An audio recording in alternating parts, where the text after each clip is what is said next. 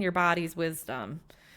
If your nervous system says nope, it's a nope. You gotta trust it. I don't know if you noticed this in this week's reading, but there's a bit of notes about trust what is in front of you, like believe it the first time.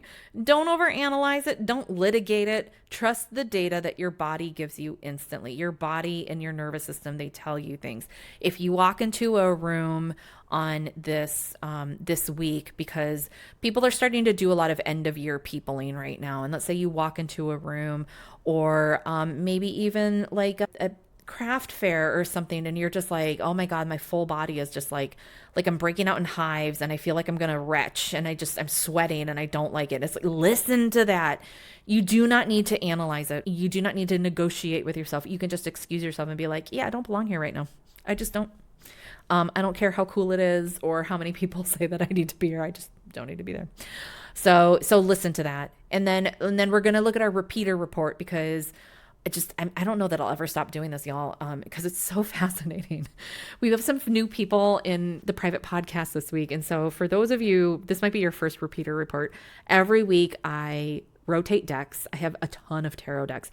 I change them every week. I never read from the same deck twice in a row, week to week. I shuffle them real good, and we get so many repeater cards. That is not a coincidence. It is the energy showing us the progression of things, and I think it's really useful for us to look at that progression, because you get a chance to see just how far you've come. You get a chance to see where you're kind of stuck, or where these lessons keep coming up again. And the first repeater that we're going to talk about is the High Priestess. It's been showing up multiple times this quarter, like a bunch, y'all. It is all about intuitive leadership.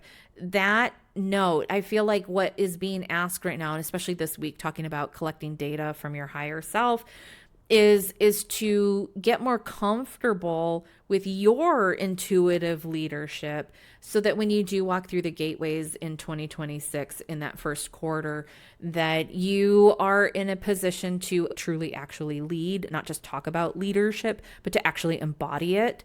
Not perfectly, not fully, whatever the hell that means, but enough where you're like, no, I actually kind of practiced this for the last few months. I had some really good results. Things might have changed a lot, but you know what? It saved me a lot of heartache and headache, and maybe a lot of money too. That's always a good thing. And then we've got our Queen of Swords is also a recurring card. This is clarity and boundaries. It is what the year's energy of 2026 is really demanding. So I'm not surprised that she keeps showing up over and over. She's just like the preview that just won't quit playing on the big screen. And she's like, this is what is coming. Clarity, efficiency, cut to the points, all of those things.